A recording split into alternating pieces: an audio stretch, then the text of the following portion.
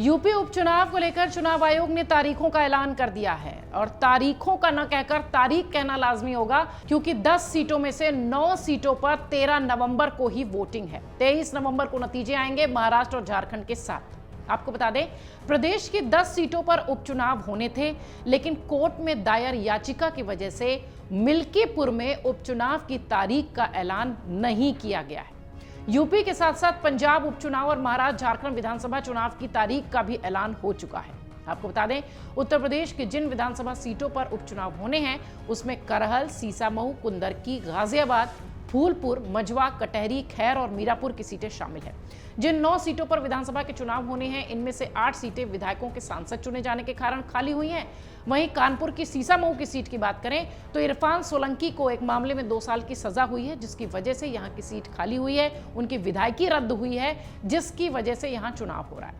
अब मिल्कीपुर का प्रश्न आता है कि आखिर 10 सीटों के उपचुनाव की बात हो रही थी, तो भला मिल्कीपुर क्यों चुनाव में नहीं जा रही? मिल्कीपुर की सीट पर उपचुनाव का ऐलान नहीं हुआ है। यूपी उपचुनाव के लिए तारीखों का ऐलान होने के साथ ही सत्तारूढ़ बीजेपी के साथ भी समाजवादी पार्टी, कांग्रेस और बहुजन समाज पार्टी ने कमर कस ली है। आपको यह भी बता दें कि यूपी की विधानसभा सीटों पर होने वाले उपचुनाव के लिए बीजेपी के केंद्रीय नेतृत्व ने 9 सीटों पर खुद चुनाव लड़ने का फैसला किया है। इसके साथ ही इन सीटों के लिए 9 प्रत्याशियों के नाम को भी फाइनल किया गया है। यह भी तय किया गया है कि उपचुनाव में नए चेहरों को अधिक तवज्जो दी जाएगी। इन प्रत्याशियों के नाम की घोषणा उपचुनाव की अधिसूचना जारी होने के बाद ही होगी। दिल्ली में जब बैठक हुई थी जिसमें मीरापुर सीट को आरएलडी को देने पर सहमति बनी थी, उपचुनाव के लिहाज से समाजवादी पार्टी की अगर बात करें तो उसने भी अपने उम्मीदवार घोषित कर दिए हैं। 6 उम्मीदवार उनके भी सामने आ चुके हैं। पिछड़े, दलित और अल्पसंख्यक वर्ग से ही ज्यादा समाजवादी पार्टी के जो इसमें प्रत्याशी हैं वो दिखाई पड़ रहे हैं। सपा ने प्रत्याशियों की घोषणा के साथ ही ये नारा भी दिया कि होगा पीडीए का नाम एकजुट मतदान।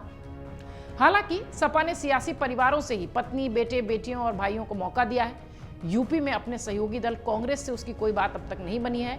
हालांकि अखिलेश यादव ने यह बयान जरूर दिया कि हम चुनावों में साथ साथ जाएंगे, इंडिया गठबंधन के साथ जाएंगे। अब जो 4 सीटें बची हैं, ऐसा लगता है कि हो सकता हो इन 4 सीटों में कांग्रेस को समाजवादी पार्टी की तरफ से कुछ सीटें छोड़ने के लिहाज से दे दी जाए, ताकि इंडी गठबंधन की बात जो कही जा रही थी वो पुख्ता तौर पर दिखाई पड़े। फिलहाल 10 में से 6 सीटों पर समाजवादी पार्टी ने ऐलान कर दिया है। पीडीए का ध्यान रखते हुए प्रत्याशियों को उम्मीदवार बनाया गया है और सबसे महत्वपूर्ण बात यह कि 4 सीटें अभी बाकी हैं और इंडी गठबंधन की जो बात अखिलेश यादव कह रहे थे उसका रास्ता भी खुला हुआ है। हम ये बात इसलिए भी कह रहे हैं क्योंकि हाल ही में हरियाणा में जो चुनाव संपन्न हुआ है वहां कांग्रेस ने समाजवादी पार्टी के साथ एक भी सीट शेयर नहीं की थी। हालांकि ये बात और थी कि समाजवादी पार्टी ने कोई भी सहयोगी वहां उतारा नहीं, कोई भी प्रत्याशी वहां उतारा नहीं और उसने एक तरीके से एक बड़े दिल के साथ एक समर्थन दिया था कि कांग्रेस सभी सीटों पर चुनाव लड़े। लेकिन यूपी में ये तस्वीर बनेगी या नहीं, ये पता चलेगा अब से थोड़े दिन में बाद ही, क्योंकि जिस तरीके से अखिलेश यादव इस बात को कह रहे थे कि वो इंडी गठबंधन के साथ ही आगे बढ़ेंगे और हरियाणा में जिस तरीके से कांग्रेस की स्थिति हुई है, ऐसा लगता है कि हो सकता हो यूपी में ये 2 लड़के जिनकी जोड़ी की बड़ी चर्चा होती रही है लोकसभा चुनाव के दौरान, हो सकता है वो साथ दिखाए। दरअसल यूपी में होने वाले उपचुनाव में कांग्रेस और सपा ज्यादा से ज्यादा अपना प्रदर्शन दिखाना चाहेगी, इसलिए भी यूपी के ये 2 लड़के साथ दिख सकते हैं। कांग्रेस एनडीए और बीजेपी के विधायकों से टक्कर लेने की सोच रही है। कांग्रेस आने वाले जो समय है उसमें विधानसभा चुनाव को लेकर अपनी स्ट्रैटेजी पर काम कर रही है। अगर समाजवादी पार्टी से बात बनी तो ठीक, नहीं तो हो सकता हो कि वो अपने भी कैंडिडेट्स उतारे। हालांकि जैसा कि हमने कहा कि अखिलेश यादव ने कहा है कि इंडी गठबंधन के सहयोगियों के साथ ही आगे बढ़ेंगे। हरियाणा की तस्वीर देखने के बाद तो ऐसा लगता है कि हो सकता हो कांग्रेस और सपा एक साथ दिखाई पड़े। सपा के वरिष्ठ नेताओं का यह कहना है कि सीटों का नेतृत्व केंद्र की तरफ से किया जाएगा, लेकिन हमारे गठबंधन का बस यही उद्देश्य है कि सभी सीटों पर बीजेपी और एनडीए को हरा दिया जाए। सीटें चाहे जिसके हिस्से में आए, समर्थन दोनों पार्टियों की तरफ से रहेगा। ये सारे संदेश इसलिए भी चुनाव से पहले महत्वपूर्ण हो जाते हैं क्योंकि हरियाणा चुनाव में ये दोनों ही पार्टियां अलग अलग लड़ती नजर आई थी तब, जबकि लोकसभा चुनाव में ये दोनों पार्टियां इंडी गठबंधन के छाते के तहत एक साथ लड़ती हुई दिखाई पड़ी थी।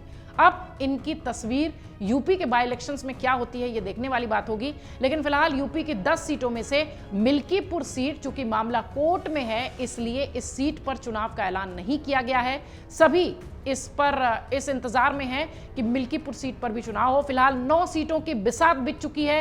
उपचुनाव की तैयारियां जोरों शोर से हैं। समाजवादी पार्टी से लेके बीजेपी से लेके कांग्रेस से लेके सभी साख और नाक की सीट समझती हैं ये 9 सीटें।